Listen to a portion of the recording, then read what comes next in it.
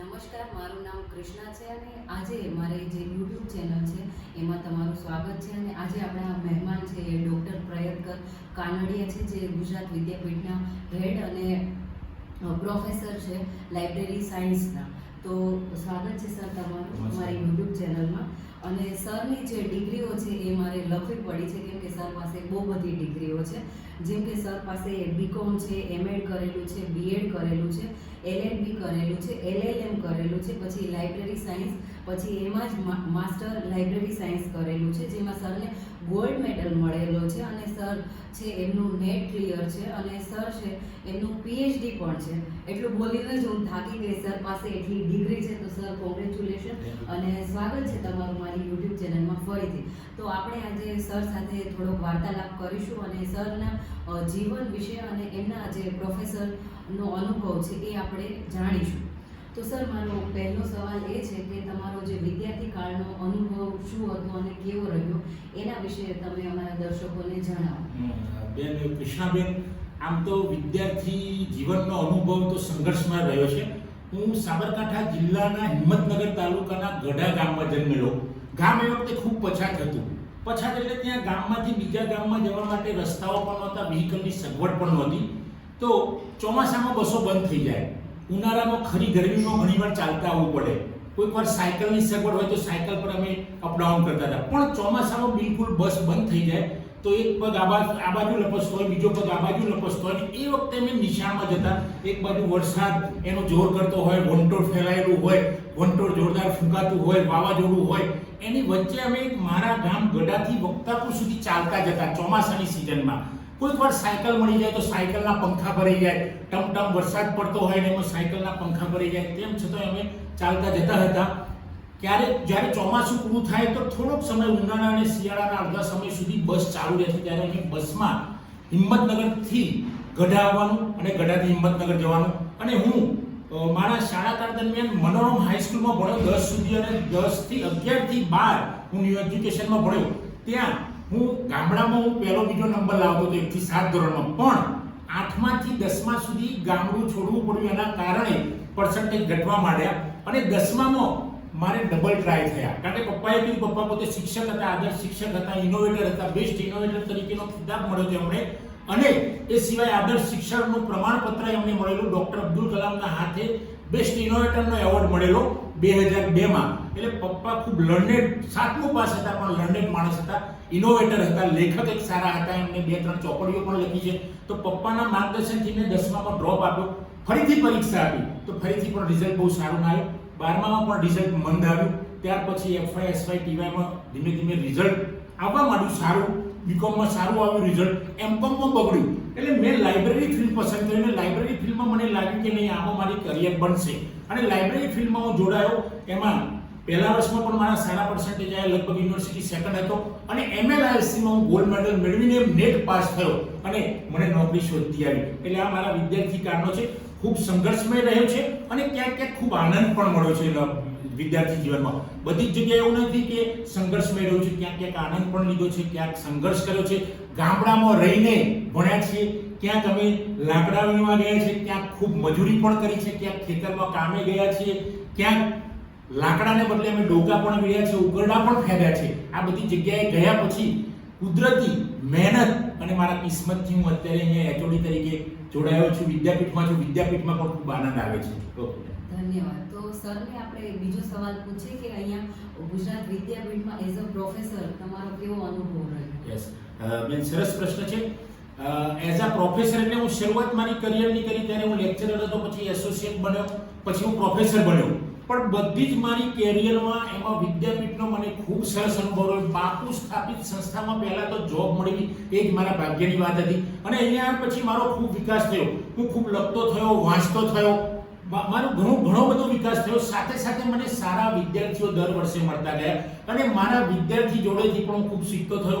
મારા સ્ટાફમાં પણ ઘણા મિત્રો, આખી વિદ્યાપીઠનો જે સ્ટાફ છે એ પણ ખૂબ પોઝિટિવ, એમની જોડેથી ઘણું શીખવા મળ્યું. વિદ્યાપીઠમાં આવ્યા પછી વણાટકામ પણ શીખતા ગયા અમે, અને ઘણી બધી ઇતર પ્રવૃત્તિઓ છે.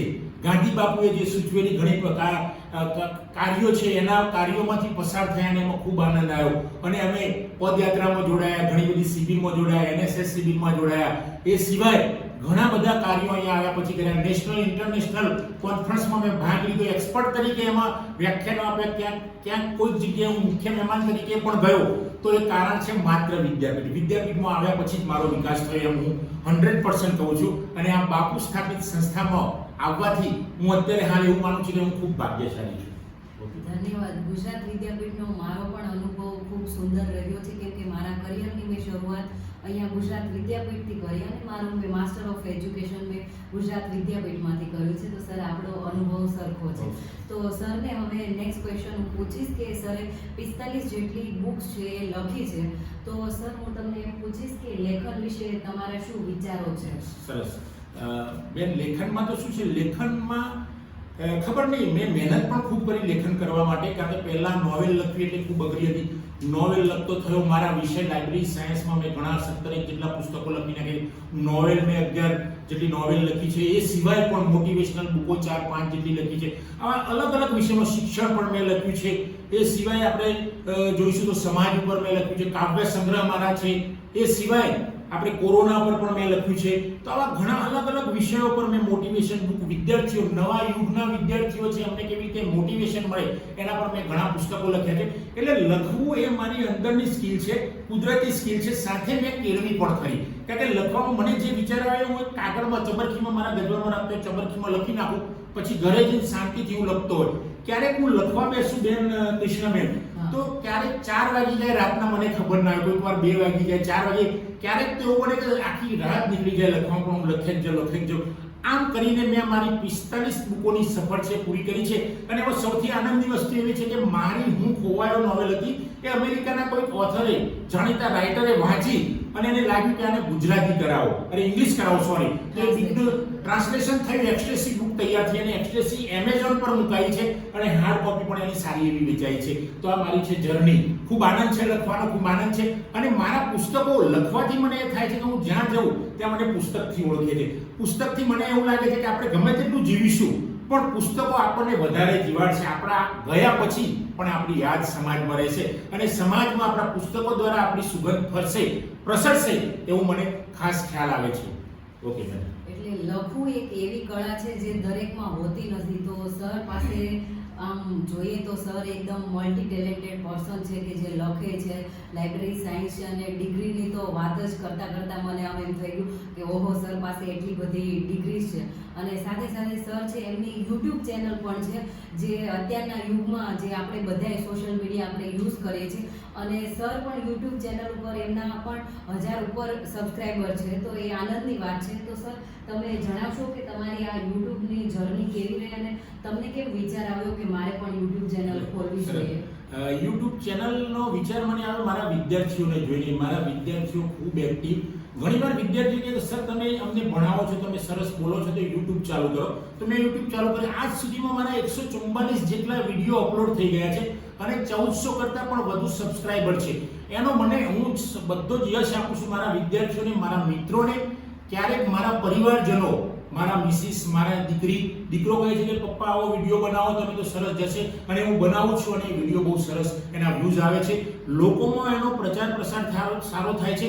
અને હું જે મારી અંદરની બાબત છે, મને જે અનુભવ થયો છે સમાજનો, એ સમાજનો અનુભવ હું સમાજ આગળ ફરીથી પ્રદર્શિત કરું છું. અને વિડીયો બનાવવાથી હું એક્ટિવ રહું છું, હું કંઈક વાંચું છું, હું કંઈક શોધું છું, હું કંઈક ઓબ્ઝર્વેશન કરું છું, હું કોઈકની મુલાકાત લઉં છું. આ બધું થવાથી મારો પણ અનુભવ વધે છે અને મારી સૂઝ, જ્ઞાન વધતું જાય છે. એટલે આ ખૂબ આનંદ થાય છે કે આ યુટ્યુબની જે મારી સફર છે ખૂબ સુંદર રહી છે અત્યાર સુધી. આજે પણ યુટ્યુબની સફર ચાલુ જ છે. સરસ. કે આ યુટ્યુબ જર્ની એક એવી જર્ની છે કે એમાં આપણે જ્યારે શરૂઆત કરીએ તો આપણને એવું લાગે કે આપણો કંઈ ગ્રોથ નથી થતો. જેમ કે હું મારી જ વાત કરું કે આની પહેલાંના જે મારા વિડીયોઝ છે, ગુજરાત વિદ્યાપીઠના ઘણા જે પ્રોફેસર છે એમના મેં વિડીયોઝ ઇન્ટરવ્યૂ લીધા છે. તો એમાં જે હું બોલું છું અને અત્યારે જે હું બોલું છું એમાં ઘણો ફરક આવ્યો છે અને મને ખુદને ઘણી વસ્તુઓ શીખવા મળી છે. તો આ વસ્તુ એક એવી છે કે જેવી રીતે તમે પ્રયત્ન કરતા જાઓ અને શીખતા જાઓ એમ તમને વધારે તમારો જે અનુભવ છે એ એનહાન્સ થાય અને તમે ઘણી બધી રીતે તમે એક્ટિવ બનો અને તમે જ ખુદ તમારી જાતે અનુભવ જોઈ શકો અને સામેવાળા જે દર્શકો વ્યુઅર છે એ પણ જોઈ શકે કે ઓકે કૃષ્ણામાં અને આ જે સરની ચેનલ છે પ્રયત્કર સરની પણ ચેનલ છે યુટ્યુબ ચેનલ, તો એમાં લોકોને ખબર પડે કે આમાં કંઈક બદલાવ આવે છે, ચેન્જ આવે છે. તો આ એક જર્ની સારી છે અને હું તો એવું કહું છું કે જે અત્યારના યંગસ્ટર અને જે યુથવાળા જે લોકો હોય છે મારી જેટલા, એ લોકોએ પોતાની યુટ્યુબ ચેનલ ચાલુ કરવી જોઈએ અને આવી રીતે પોતાનામાં જે પડેલું જ્ઞાન છે, સ્કિલ છે, એ લોકો સમક્ષ એમને પ્રદર્શન એનું કરવું જોઈએ. એ મારો ઓપિનિયન છે. હવે સરને આપણે લાસ્ટ ક્વેશ્ચન પૂછશું કે સરને ઘણા બધા મેડલ પ્રાપ્ત થયા છે, સન્માન પ્રાપ્ત થયા છે, એમના વિશે થોડીક વાત કરે.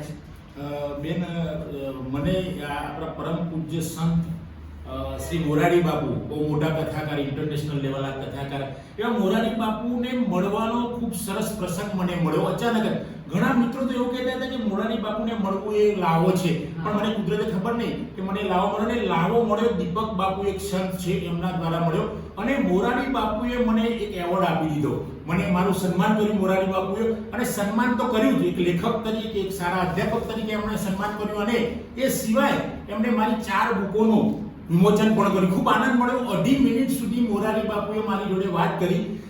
સૌએ આ વિડીયો જોયો અથવા તો પેપરમાં, ન્યૂઝપેપરમાં પણ મારા ફોટા આવ્યા મોરારી બાપુ સાથે. ત્યારે લોકોના ફોન આવવા માંડ્યા કે મોરારી બાપુને મળવું બહુ મુશ્કેલ કામ છે ને તમે 2.5 મિનિટ સુધી વાત કરી. તો મિત્રો, આ મોરારી બાપુનો એક લાવો અને એમને એવોર્ડ પણ મને આપ્યો. બીજો એવોર્ડ મને આપ્યો છે અચલા ઇન્ટરનેશનલ ફાઉન્ડેશન દ્વારા, જે ડોક્ટર મફતલાલ પટેલ ચલાવે છે. એમણે પણ મને બેસ્ટ ટીચર અને બેસ્ટ ઓથરનો એવોર્ડ આપ્યો છે. એટલે અત્યારે હું મોરારી બાપુ અને ડોક્ટર મફતલાલને પ્રણામ કરું છું કે આમણે મારી કદર કરી, મારા કામની કદર કરી અને મને એવોર્ડ આપ્યો છે. એ સિવાય પણ MLISCમાં મને ગોલ્ડ મેડલ મળ્યો છે. આ સિવાય સમાજના જુદી જુદી ચાલતી સંસ્થાઓ દ્વારા ઘણા બધા એવોર્ડ્સ મને મળ્યા છે, ઘણા બધા પ્રમાણપત્રો મળ્યા છે. નેશનલ ઇન્ટરનેશનલ કક્ષાએ પણ હું કોઈ જગ્યાએ કોન્ફરન્સમાં ગયો હોય એક્સપર્ટ તરીકે અથવા તો પાર્ટિસિપન્ટ તરીકે, ત્યાં પેપર પ્રેઝન્ટ કર્યું હોય, ત્યાં પણ મને ઘણા બધા સન્માન મળ્યા છે. તો આ સન્માન આપનાર સૌને હું વંદન કરું છું કે એમને મને એપ્રિશિએટ કર્યો અને આજે હું જે કંઈ પણ છું એ બધા લોકોએ મને એપ્રિશિએટ કર્યો. મારા વિદ્યાર્થીઓએ, મારા પરિવારજનોને, શિક્ષકોએ, મારા ગુરુઓએ, એના કારણે અત્યારે હાલ અહીંયા છું. બેન, મારે વચ્ચે એક વાત કરવી છે કે વિદ્યાર્થીઓને અથવા તો નવી પેઢીને જાણ કરવા માટે કે હું અત્યારે એક બીજી સ્કિલ કેળવી છે મેં, કે અમારે ત્યાં ગુજરાત વિદ્યાપીઠમાં કાંતવાનું હોય છે ને કાંતવામાંથી જે તાર તૂટી જાય છે ને એમાંથી જે વેસ્ટ બને છે, એ વેસ્ટમાંથી મેં જુદા જુદા આર્ટિકલ્સ બનાવ્યા છે. મેં મોર બનાવ્યો છે, એકચ્યુઅલ મોર બનાવ્યો છે, મેં પોપટ બનાવ્યો છે, નાગરાજ બનાવ્યા છે, એ સિવાય ડાયનોસોર્સ બનાવ્યો છે, એ સિવાય હરણ બનાવ્યું છે, મેં કાચબો બનાવ્યો છે, જુદા જુદા પક્ષીઓ જેમ કે ચકલી, કાગડો, કબૂતર, તો આવા પક્ષીઓ, જુદા નાના નાના જીવો જેમ કે ખિસકોલી, તો ખિસકોલી આબેહૂબ ખિસકોલી લાગશે જે તારમાંથી મેં બનાવી છે. તો આ બધી સ્કિલ કેળવી મેં ગુજરાત વિદ્યાપીઠમાં આવ્યા પછી, જો કદાચ ગુજરાત વિદ્યાપીઠમાં ના હોત તો અમે સ્કિલ કેળવી ના હોત. એટલે અત્રે હું અહીં આ સમયે ગુજરાત વિદ્યાપીઠનો આભાર માનું છું. ગુજરાત વિદ્યાપીઠનો હું આભારી છું.